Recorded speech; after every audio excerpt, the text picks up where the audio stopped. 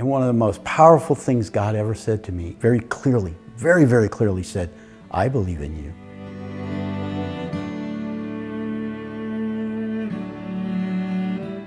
It is a place to come and be with other people who are seeking God's prophetic voice, to seek the heart of God, and to really learn ways, learn skills to grow in your gift, to grow as a person who may be called to the office of a prophet, someone who's called to be a prophet. It's an accelerator. It's like an incubator or a pressure cooker that you just basically accelerate your growth in who you are. Both, not only really in your gift and maybe as somebody who is in the area of the prophetic, but also just who you are as a Christian and as a person. And a lot of these things help you. It's very encouraging because of all the activations. You really learn what other people see in you that maybe you didn't already see in yourself. And it helps you. It helps you and gives you confidence that, wow, you know, this is really interesting. This is a side of me I didn't think I had. The great thing about Epic is it's a safe environment to fail. It is a safe environment to make mistakes. It is a safe environment to stretch out, and especially me. So when I came into Epic 3 years ago, I couldn't see anything. Well, as the class progressed and we started experimenting into the different avenues of the prophetic, such as seeing, feeling, sensing, the other prophetic senses that you can have, they encourage you to just kind of step into that and really not be afraid to experiment.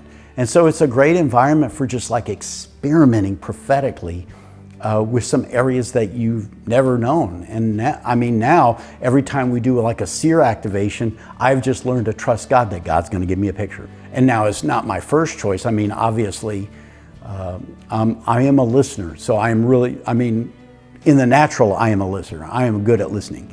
And so because of that, that's the primary method God speaks to me, is through talking, because he knows that I'm a good listener.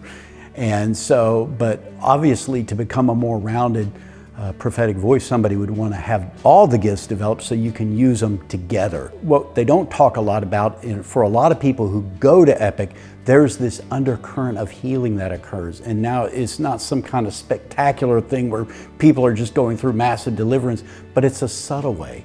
It's a subtle way that God just kind of takes things out of your life that were hindrances before. God just kind of moves leaves and twigs out of your path so they no longer become a stumbling block. And so, you know, and that maybe that's what's kept you from getting up the mountain, because you'll hear a lot about mountains, and you'll hear about going round and round the mountain. And some people get stuck. And so one of the things that happens a lot in Epic is a lot of people get unstuck when they go to Epic, and they learn to go up the mountain just a little higher, and maybe next year a little higher, and next year a little higher. And one of the most powerful things God ever said to me, very clearly, very, very clearly said, I believe in you. And that like almost broke me in half, because it was just a great word to hear. And that's kind of what Epic has done for me, is given me confidence that God believes in my gift, and God believes that I'm an adequate user and steward of that gift. If you even think you hear God a little bit, if you're even interested in God speaking to you, if you just want to come in there and maybe you're not even good about hearing God yet, but you're interested in hearing God. God put that interest in your heart.